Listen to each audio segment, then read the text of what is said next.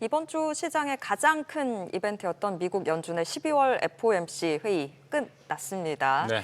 예상했던 결과에 한시름 좀 놓게 됐다고 생각을 했었는데 그런 것 치고 장중 변동성은 상당했어요. 네, 그렇습니다.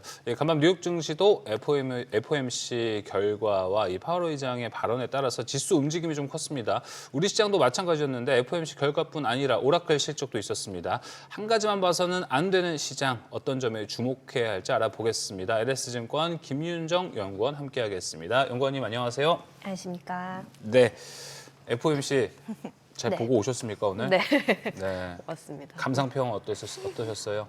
일단은 좀 챙겨봐야 되는 것들이 워낙 좀 많았었던 네. 부분이 있다라고 보고 있고요. 또 정치적인 부분들도 아무래도 끼어 있다 보니까 여러 가지의 가능성을 선상에 놓고서 좀 향후를 전망해야 되는 것이 아니겠는가 네. 이렇게 보고 있고요. 더불어서 이제 오라클 실적까지 이제 장중에는 영향을 미치지 않았지만 장 마감 후에 어쨌든 좀 변동폭이 컸었기 때문에 다가올 이제 미국 증시 시작할 때 좀 주의가 필요하지 않을까 이렇게 생각하고 있습니다. 네, 오늘 인하가 어제까지만 해도 외파적 금리 인하다 뭐다 이렇게 좀 이야기가 많았었는데 어떻게 해석을 하셨습니까? 덜 매파적이었다고 보십니까? 이 정도면 충분히 도비시했다 보십니까? 일단은 시장이 해석하는 방향도 조금은 갈리기도 하는 것 네. 같기는 해요. 근데 저는 약간은 조금 더 이제 매파적인 스탠스에 좀 가깝지 않았나라고 해석을 하고 있고요. 생각보다 제가 예상했던 것보다 이제 도비시한 부분들도 있기는 했었습니다. 그래서 좀 하나하나 정리를 드리자면 이번 아무래도 좀 금리 결정 자체보다는 어쨌든 향후에 어떻게 될 것이냐가 좀 더 중요했던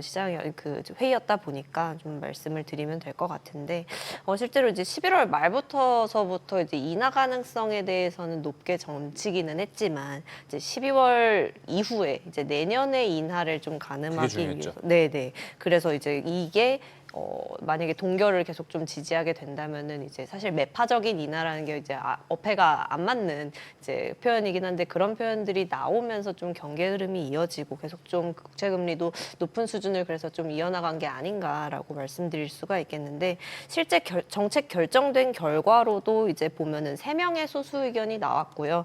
한 명이 이제 스티븐 마이런 이사가 이제 50bp 인하를 지지한 거 외에는 나머지 2명의 이제 굴스비 총재랑 슈미드 총재 같은 경우는 동결을 지지하는 부분, 결과가 나왔습니다. 그래서 투표권 없는 위원들 중에서도 4명이 추가적으로 이제 동결 의사를 보인 것이 이제 12월 전도표상에 좀 드러났다라고 말씀드릴 수가 있겠고요. 이 6명의 의원은 이제 2025년 전도표에 이번 FOMC에서 결정된 수준보다 높은 3.8%를 좀 선택하면서 금리 신중론에 대해서 좀 의사를 이렇게 표명을 한 게 아닌가라고 해석을 해볼 수가 있을 것 같고요.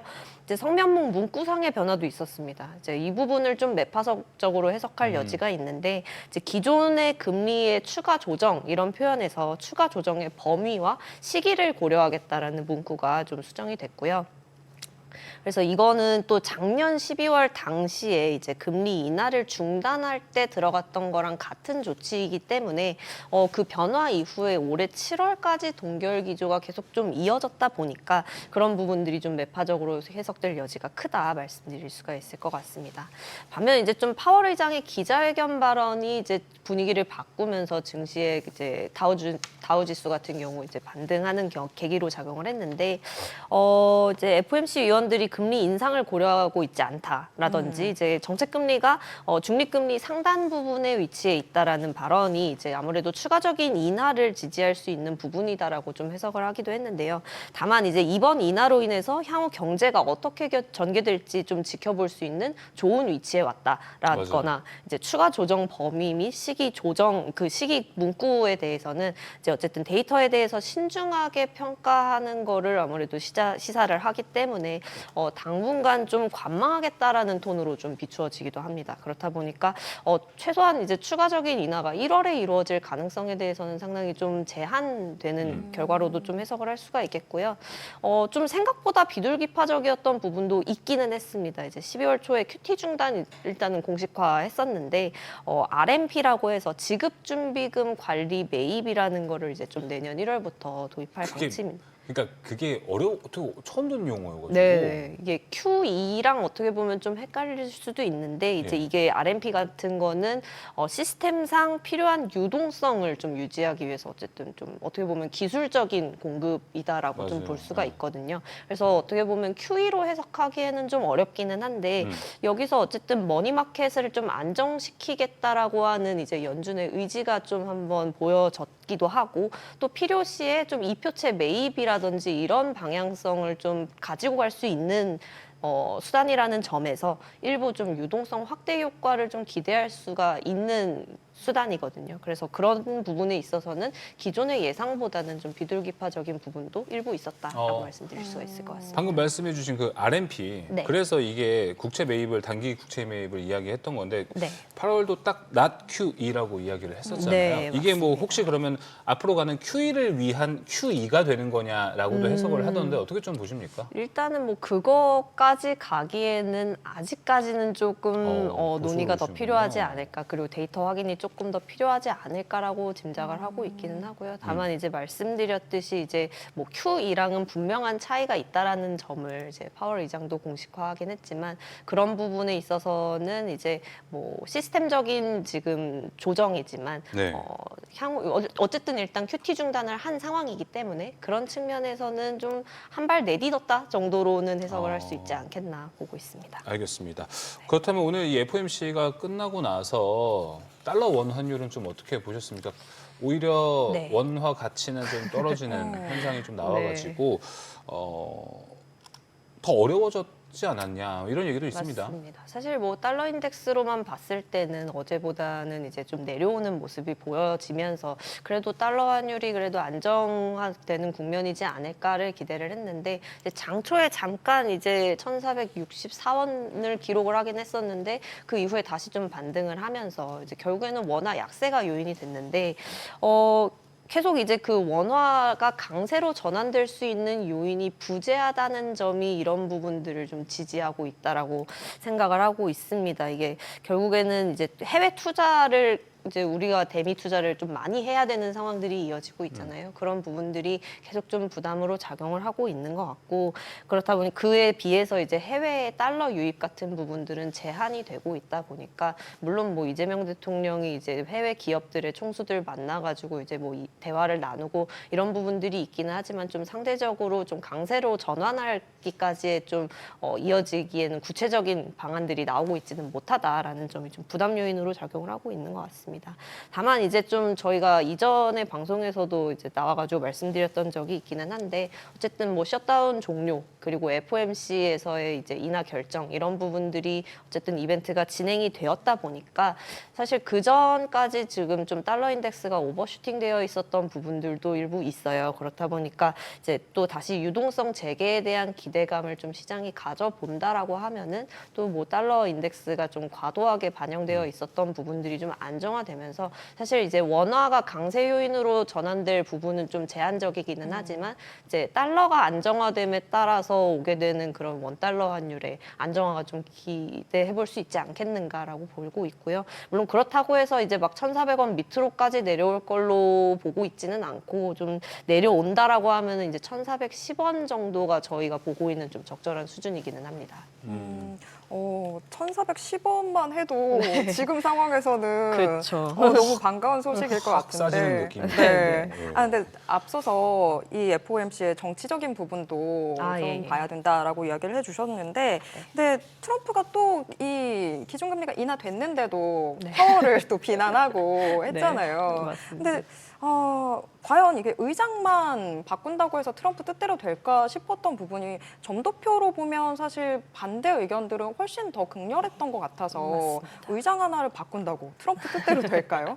맞습니다. 사실 이제 또 이제 파월 의장 임기가 내년 5월 정도다 보니까 어쨌든 일단 내년 5월까지는 지금 파월 의장 체제에서 뭐 동결을 유지 그리고 그 이후에 이제 의장이 이제 트럼프 행정부 쪽의 인사로 바뀌면은 그때 조금 더 인하를 지지하는 형태이지 않겠나라고 인하를 지지하는 쪽은 그렇게 말씀을 하고 있는 것이고 근데 사실 이제 데이터 상으로 나오는 거를 좀 결국에는 봐야 하는 게 이제 연준의 의사 결정 시스템이고 연준 의장이 바뀐다고 해서 이제 의장이 절대적인 권한을 행사하는 것이 그쵸. 사실은 또 제한되는 게 또 그 구조다 보니까 사실은 어떻게 보면은 이제 지금 12월 FOMC 상에서 나왔던 경제 전망치 조정된 것도 보시면은 결국에는 이제 완화적인 측면으로 좀 가고 있는데 그런 측면에서 보면은 이제 금리 인하를 지지하기에는 그 공격적인 인하, 트럼프 행정부에서 원하는 인하를 지지하기에는 조금은 이제 아무리 연준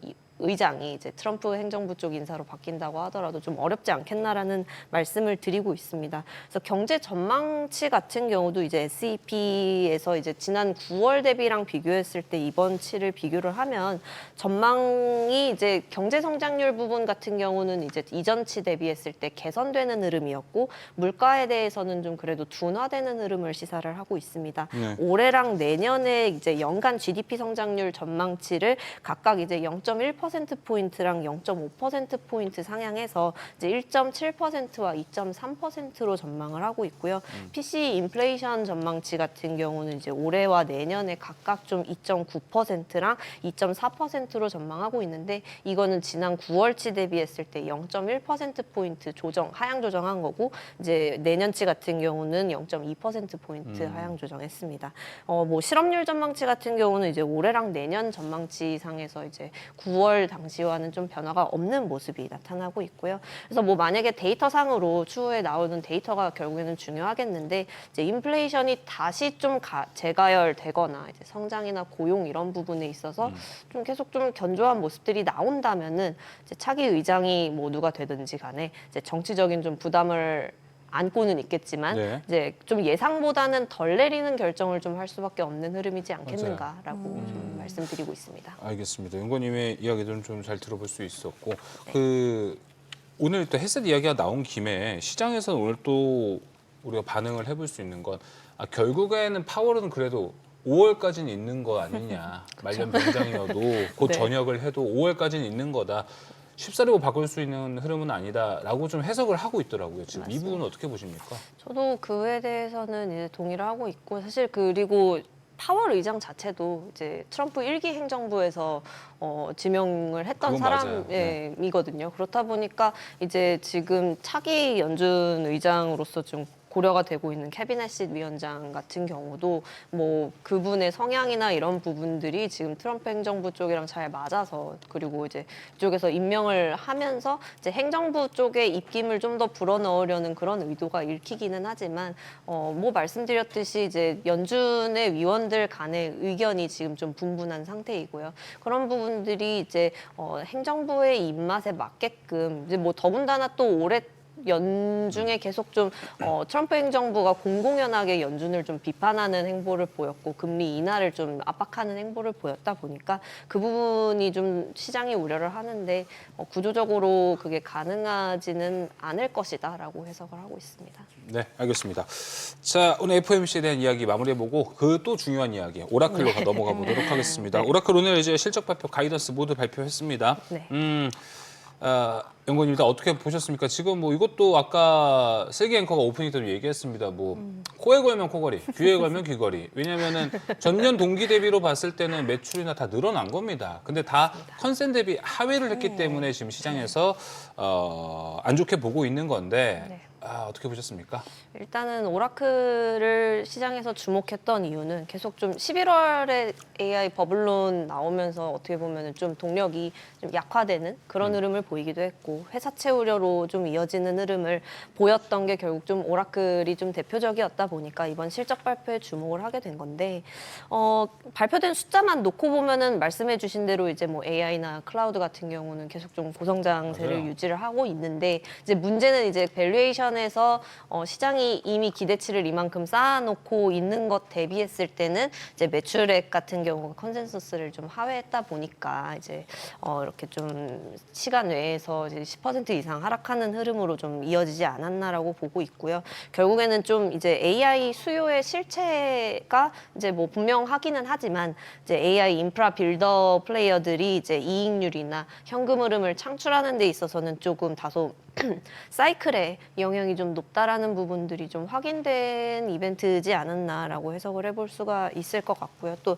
향후 AI 인프라 투자에 대해서 좀 부채라든지 그렇죠. 캐펙스 부담 이런 부분들이 좀 계속해서 높게 나타날 수 있다라는 부분들도 가이던스에 어쨌든 명시가 된 부분이기 때문에 이제 빅테크나 AI 인프라 이런 쪽 전반에 이제 눈높이를 좀 다시 맞추는 좀 계기가 되지 않겠나. 물론 이제 그것이 이제 AI 산업 전반의 어떤 투자 심리를 무너뜨리고 이러지는 않을 것 같아요. 분명히 이제 현금 흐름이 좋은 이제 빅테크들한테는 조금 더 프리미엄이 오히려 붙을 수 있는 계기가 되지도 않을까라고 보고 있는데 어쨌든 좀 그런 선별 작업이나 이제 옥석 가리기가 좀 전개되지 않을까. 물론 이제 오늘 증시는 조금 변동성이 많이 높을 것 같다라고 생각을 하고 있기는 합니다. 시장이 그럼 보는 눈이 좀 낮아질 거라고도 해석하시는 거죠?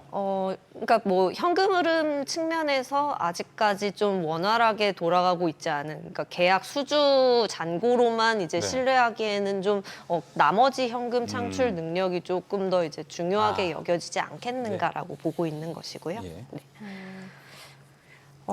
네.